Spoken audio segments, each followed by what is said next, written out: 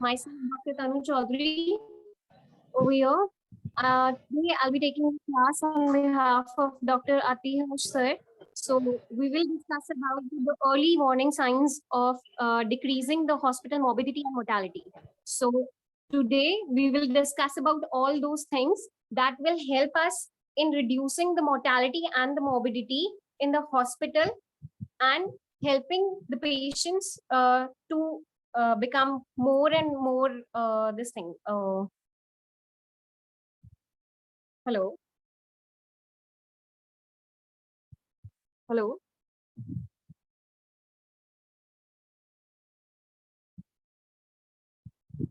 Hello.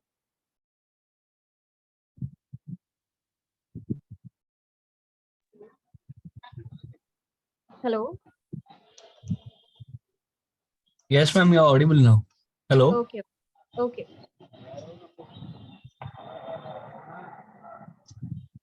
So we will discuss about the details. We will discuss in detail about the early warning signs of decreasing the hospital morbidity and mortality. That includes various signs over here.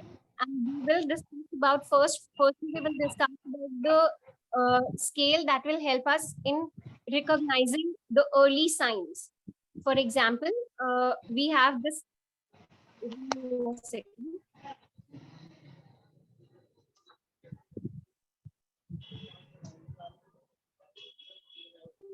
Yes. So we will discuss about the physiological parameters that can help us in recognizing all those things. Number one is basically we are talking about the National Early Warning Scale over here. So what all things that we can see is number one is the respiratory rate. So as we know that the normal respiratory rate that we consider over here is 12 to 20 per minute. This will be there in 0. So whatever is less than that will come in this series, 3, 2, 1. And then whatever is more than that will be considered as 1, 2, 3. Yeah.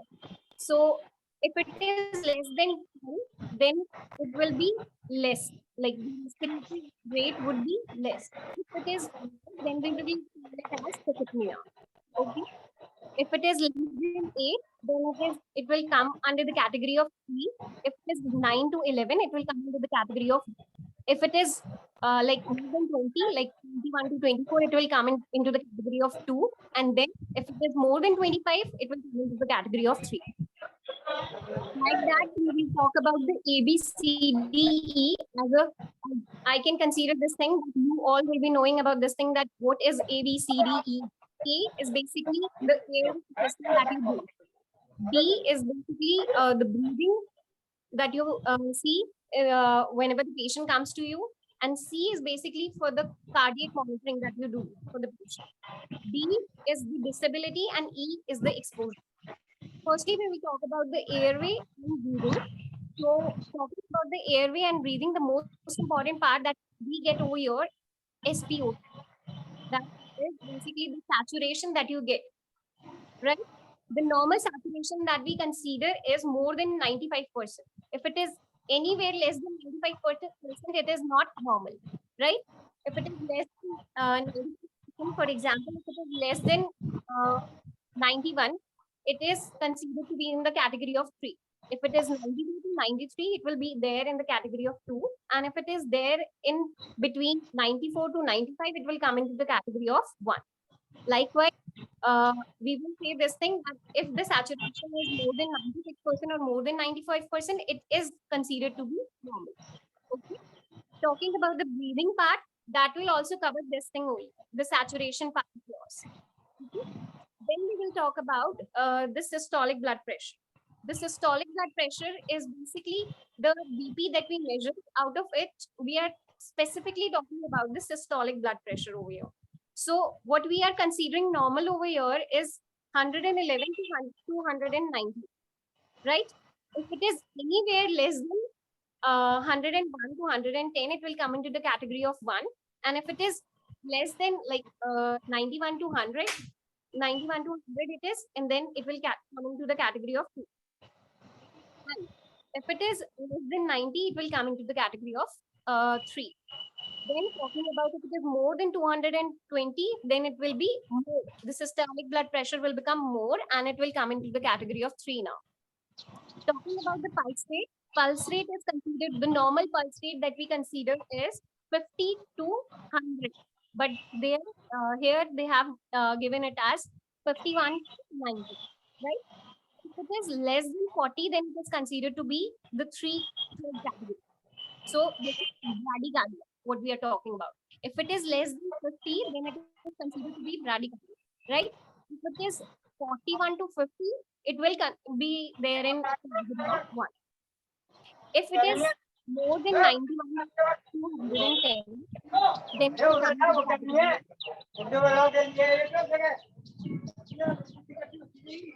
Hello. Hello. Hello. Am I audible? Hello. Hello. Hello. Considering that I am, hello, am I audible? Yeah, audible, audible.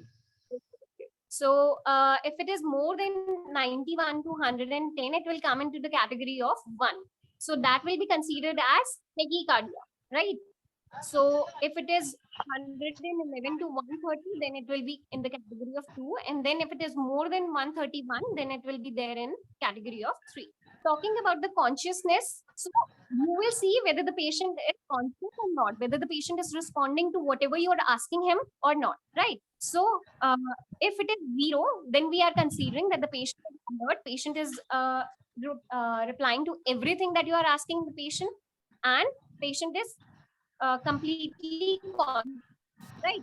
And talking about the third category, then the patient will become confused. So he will be confused to VPU, we have said. What do you mean by VPU? Confusion to the voice, confusion to voice, and confusion to the pain.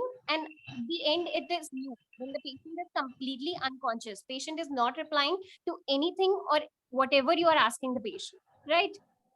Talking about the E over here, it is temperature. So the normal body temperature, as we know, is 60, 36.5 to 38.5.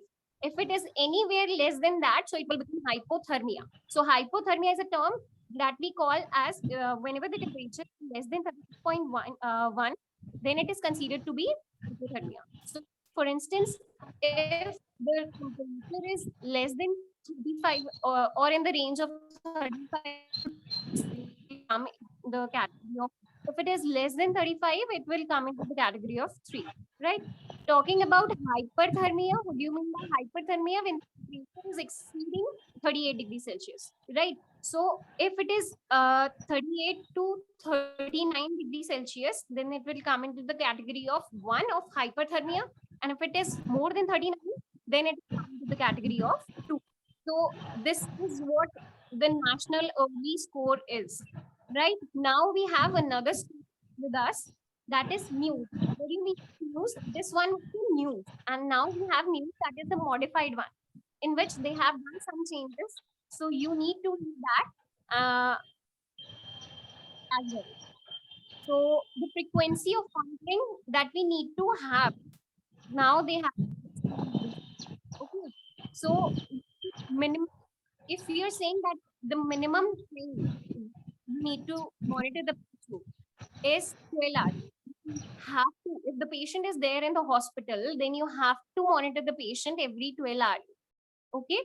So 12 hourly is the minimum thing that you have to do. And then followed by 4 to 6 hourly. And then 1 hourly if the patient is a bit critical. And then minimum 1 hourly, that can depend on the condition, like what the condition is. Okay.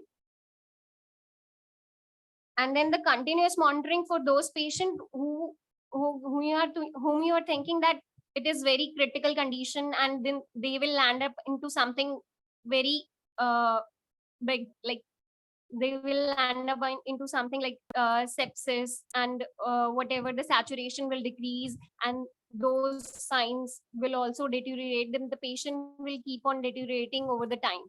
Then you have to continuously keep on doing the monitoring of the patient, like every 15 minutes, every 30 minutes, depending upon the situation over there. Okay.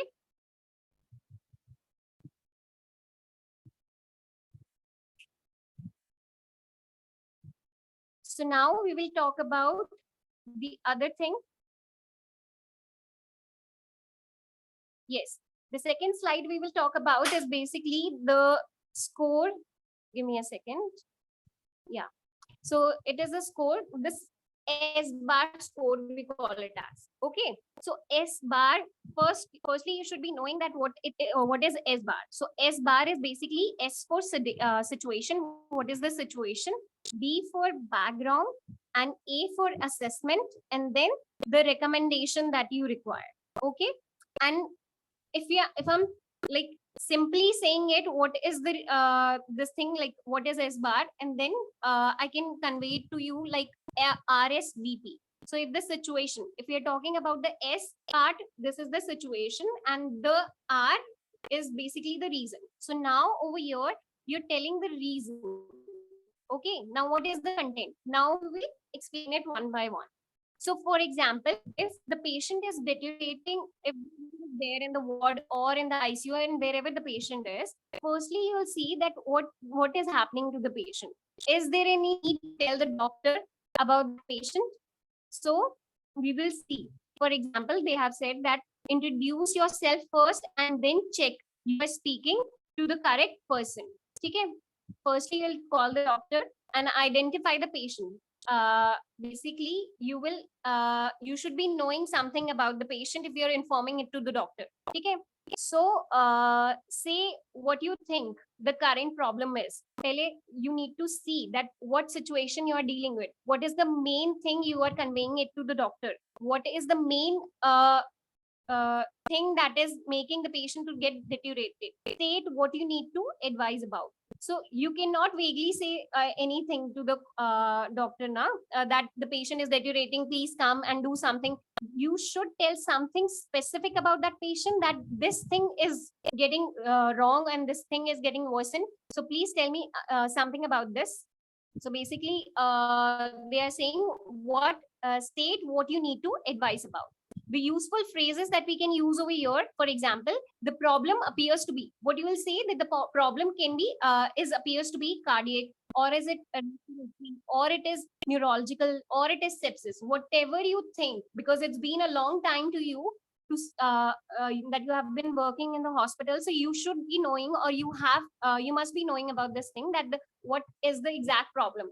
As we have seen this new score before, then we have discussed that new sport because of this reason only, that if the saturation is decreasing, then you should be knowing that it is something respiratory. If this thing, the BP is deteriorating, or the BP is going down, or it is increasing a bit higher side, then you will say that it is a cardiac problem. Talking about the neurology, we have talked about this thing, that the patient is conscious, alert, or whether, if you know about this thing, that the GCS that we measure for the patients, then you should be knowing about that also, that what is the main situation that is hampering the patient at that point of time. So and then if you don't know about that thing, then I'm not sure what the problem is, then but the patient is deteriorating, then you should say that the patient is deteriorating, now you have to do or tell me something to do. The patient is unstable, getting worsened, and I need your help. This is what you will say. For example, they have given an example. Hi, I am Dr. Smith, the medical F2. I am calling about Mr. Brown, and this is the patient. And what is the diagnosis? He got admitted in our hospital with with whatever the situation it was. For example, they have mentioned it over here: severe pneumonia and sepsis, right? And he has an oxygen saturation of 90%. So you can simply see that over here there is some respiratory problem. So now whatever you have conveyed it to the doctor, now the doctor will get to know something about the patient, that the patient name is this and the patient diagnosis is this, and now the saturation is decreasing. So he will do something accordingly, right? Despite high flow oxygen, I am worried about the patient. The patient despite the high flow of oxygen you are giving it to the patient, but the patient saturation is still 90. As I've told you earlier also, that if the saturation is less than 95%, then it is considered to be abnormal. It is not normal, right? Talking about the B over here, so it is background. So what do you mean by background over here? If I simplify it to you, it is story, right? So you will tell it as a story. What is the background information? You will tell for what reason the patient got admitted in the hospital, and what was the past history, what was the present illness with which the patient is has got admitted over here. For example, they have given one example over here. He is 55. He is 55 years old and previously fit and well, and he has had fever and cough for 2 days, right? And he arrived 15 minutes ago by the ambulance. So this is the background story that you are telling to the doctor, that this is the background story that the patient has, and now the patient is deteriorating. Please tell me something. What can I do till the time you arrive over here, right? Now talking about the A over here, it is assessment. So assessment is basically the vital signs that we are seeing over here.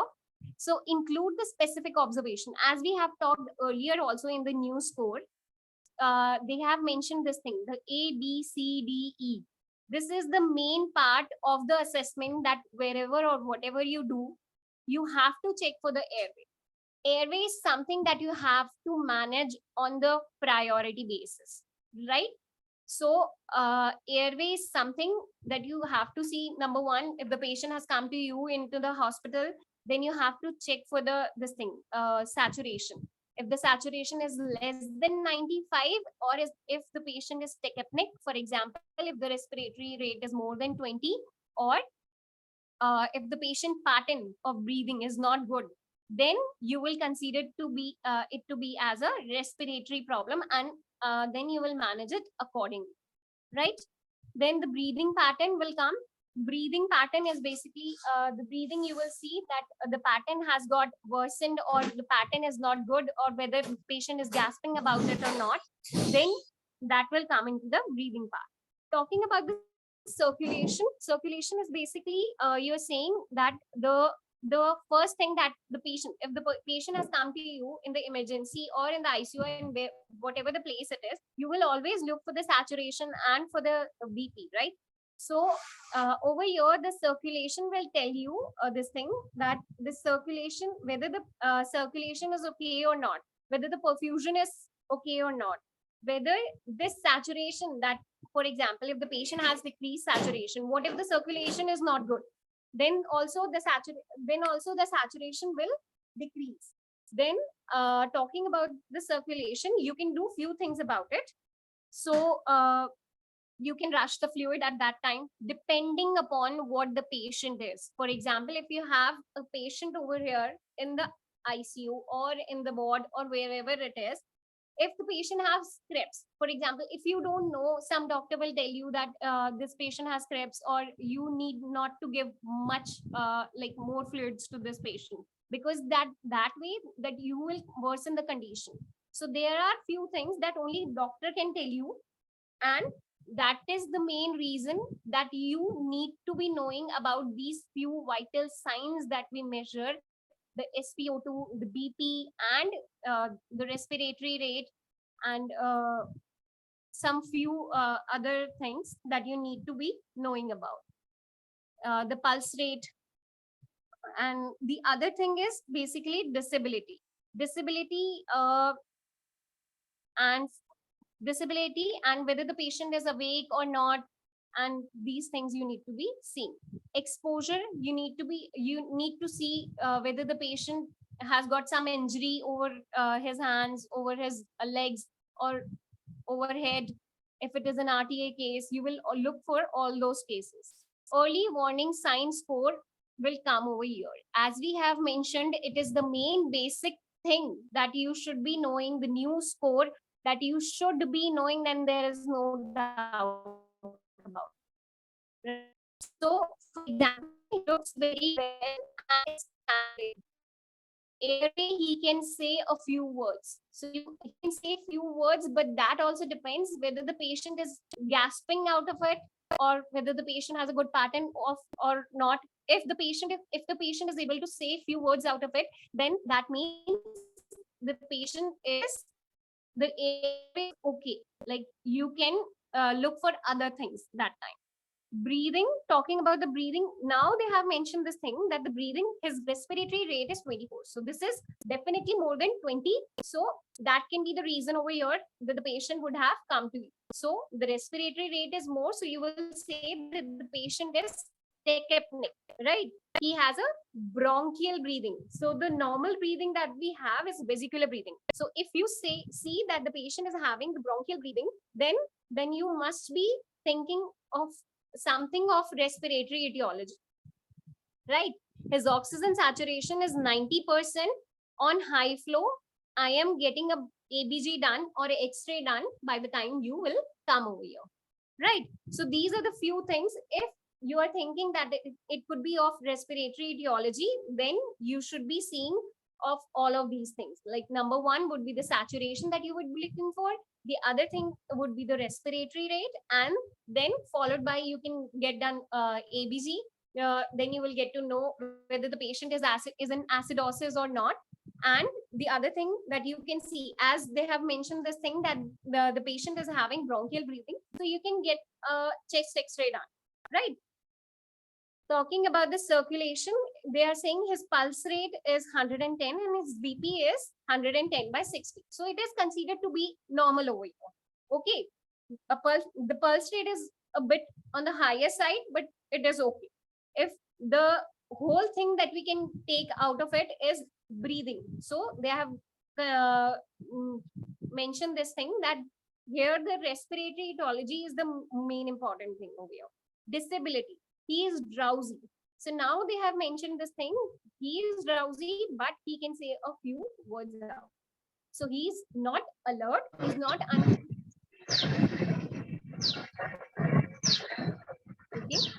Talking about the exposure, you have to expose the patient whether the patient has a symptom over his body or not. It could be there. If it is an RTA case, it could be there. It could be there. अच्छा अंदर ही है मेरे एक पास meeting में car white car करिए ना फिर हां हां वही सामने बैठे अभी आ रहे हैं Could be there on the arms and forearms. So you have to assess the patient if the patient has come to you to see whether the patient has other things or not. That has to be for example, if the patient is from somewhere and you are only looking for the saturation thing, you are only looking for pattern. That is not good. Because right now the patient is having the respiratory having decreased then the BP will decrease and then saturation will also decrease. Talking about the R part of the SDR is the recommendation and RSVP is the so we are talking about the plan over here. To do. You've got to know this much about this. Till the time doctor comes, you have to get informed first, then only the complete management would state explicitly what you want the person you are calling to do. Okay, what by me, what by when. Useful phrases could be like, I am going to start the following treatment. Is there anything else that you can suggest me by the time you will come over? Right? So you have to know few things before you actually call your doctor. You should be knowing something about it because you have to start, because you cannot land up the patient like this only. You cannot leave the patient like this only till the time doctors comes. You have to do something and even ask the doctor, I am doing this thing on my part, can you suggest something on from your part so that I can add it to this till the time you will come, the time will be saved, right? The other thing is, I am going to do the following investigation. Is there anything that you can do? Right? For example, in the above mentioned patient, hello. Hello, am I audible? Hello,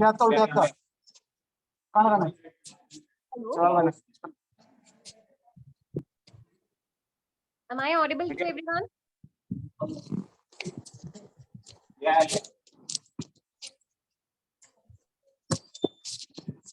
Hello.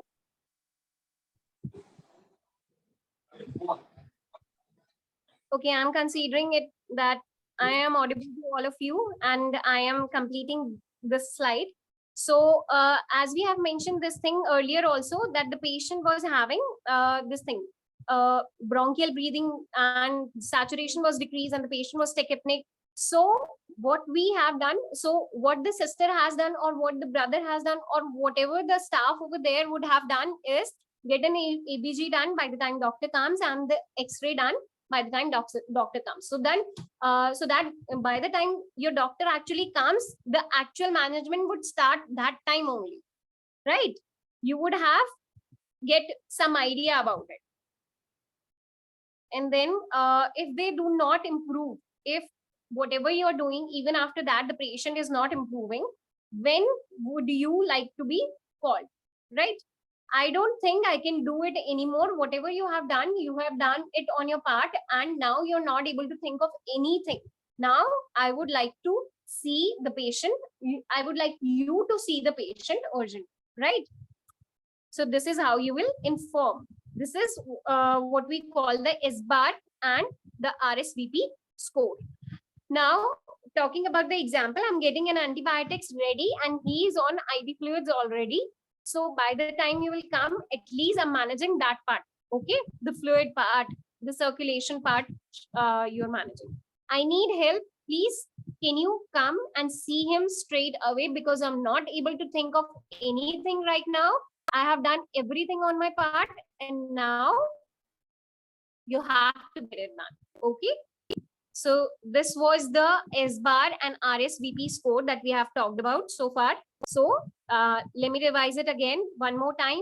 S-bar is basically S for situation, B for background, A for assessment, R for recommendation, R again talking about it in a simple terms. So RSVP, R is basically the reason that you are calling.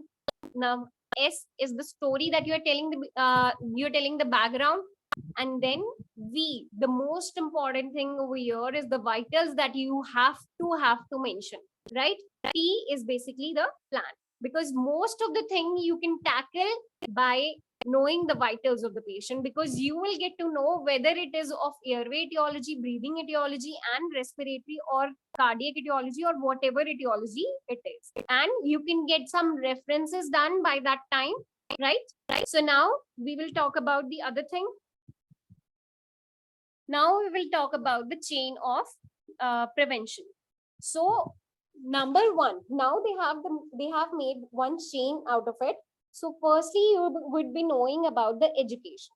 So see, your mind only sees what you know, right? So you should be knowing about few things so that you can convey it to the doctor, and then the doctor would tell you about something that you should be doing this thing by the time I will arrive. Okay.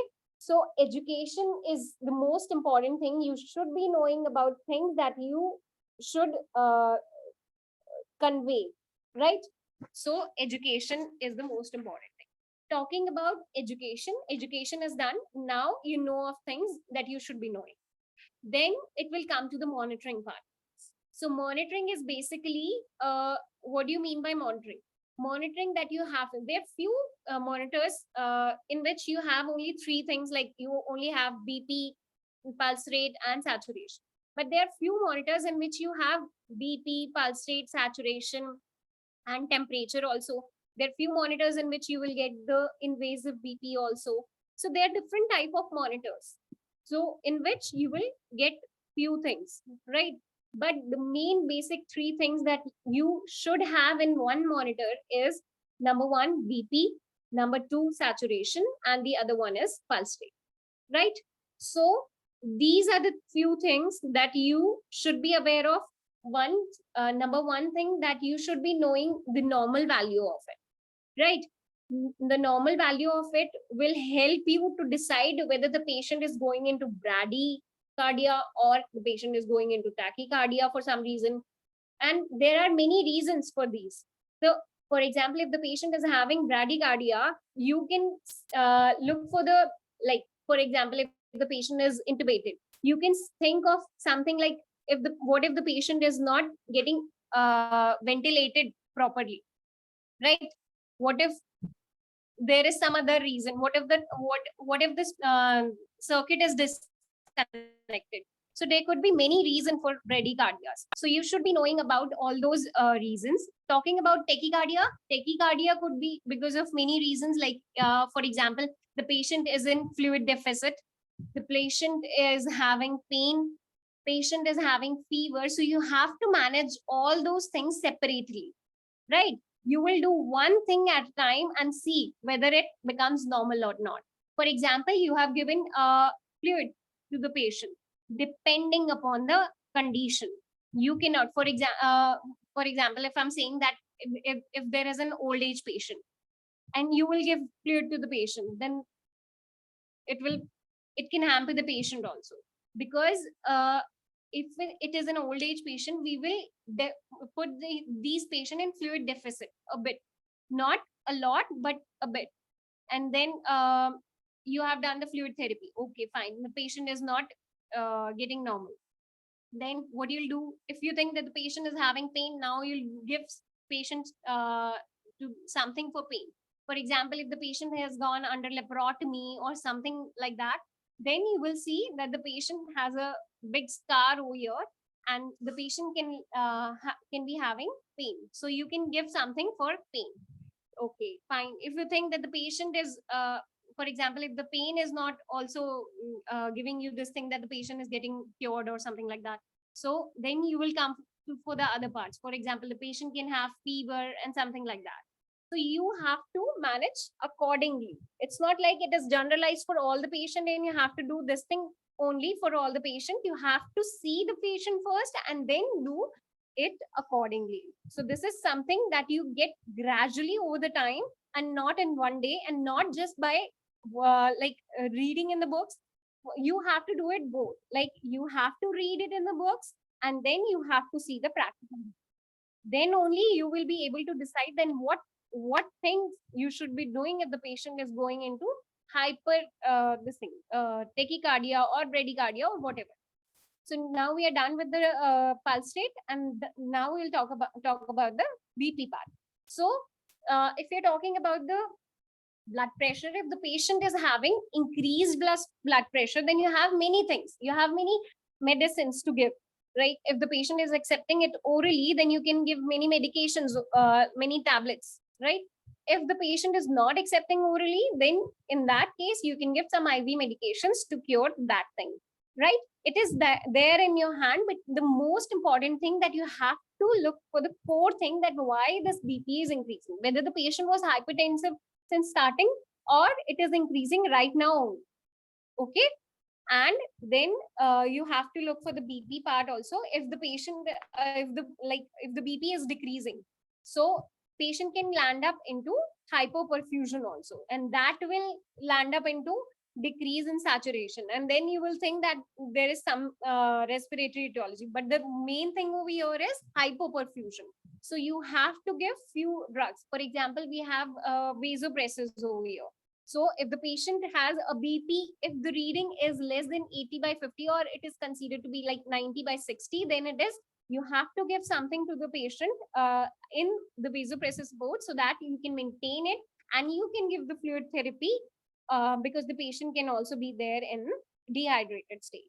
Talking about the saturation is something that you have to maintain. Like, you have to for example, if the patient is awake, patient is alert, and everything is there, so you can get the patient nebulized. You can nebulize the patient with the Dulan Bidicot. You can look for the chest findings. You can get the chest X-ray done and ABG done to look for the acidosis, whether the patient is there in acidosis or not. So these are all the things that you have to do so that this thing will happen.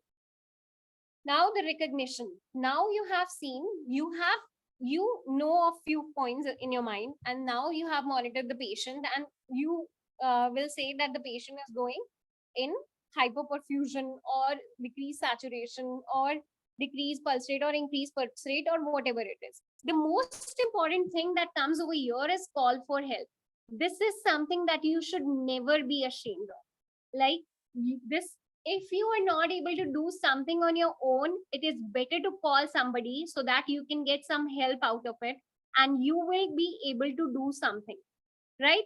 So it is very, very, very important that you do something and get it done timely. Okay, so it is very important that you have monitored everything, you have seen everything, you have done whatever you could have. Now you are conveying it to your doctor that I need your help right now, please come in a while. And now I have done this much part, if you can suggest something else in this while, please tell me, I'll get it done before you actually comes. So that way it will help in you also, and it will help the doctor also. So it is very important that you have to make a relationship with the doctor, so that you both are able to understand what you are saying and what they are saying. Okay, and this way it will help to the it will help the patient. And at the end of the day, in the hospital, what is the most important thing for us is to save the patient. Okay, by hook or by crook, whatever it is, you have to save the patient, right? And then you will respond accordingly. You have called for help, and you will ask for few things if you know of, or you will ask for few things if they will tell you something. Like for example, for instance, like we have talked earlier also, that if the patient saturation was decreasing, then you could have get done ABG. The first thing that should come in your mind, if like after managing the patient on your own, like for example, you have done the nebulization part and everything, and now you have to get done the ABG and then the X-ray part over here. And then if there is something else that the doctor would suggest to you, that you also would do. So this is the response part. And talking about the BP, if it is less, then you should start something. Like if the doctor has told you to start to give the fluid therapy, because you must be knowing about the patient. If the patient is with you since so many days, you must be knowing something about the patient, and now you will do it accordingly. So if talking about the pulse rate, as I have told you earlier also, you will find the core reason out of it. Okay, so for example, if the patient has undergone surgery or something like that, then you should be knowing that the patient could have this thing, the pain. So you will manage accordingly by giving some painkillers, and then few things out of it, so that you can help the patient to get stabilized at the end, right?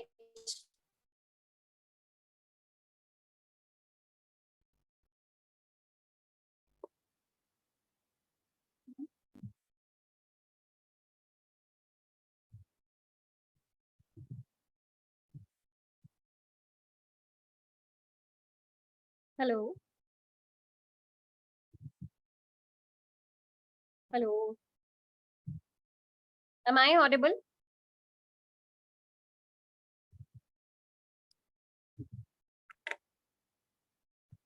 Hello,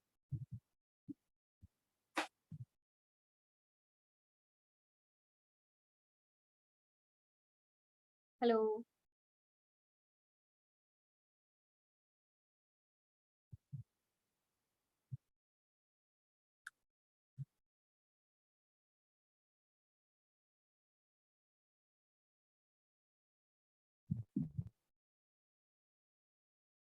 Okay, so I've got something in chat. Okay, so this is what we have talked about today. The most important thing, I still want to repeat this thing, that the monitoring is the best thing that you can do for the patient. And this way you can help the patient and get the things done early. That way, if you will keep on monitoring the patient at a particular time, and giving this thing, the information to the doctors, this would help you also, would help the doctor also in assessing and in curing the patient in such a manner that will help you in your studies, that will help doctor also to getting this gratification that yes, we are able to cure the patient and shift the patient.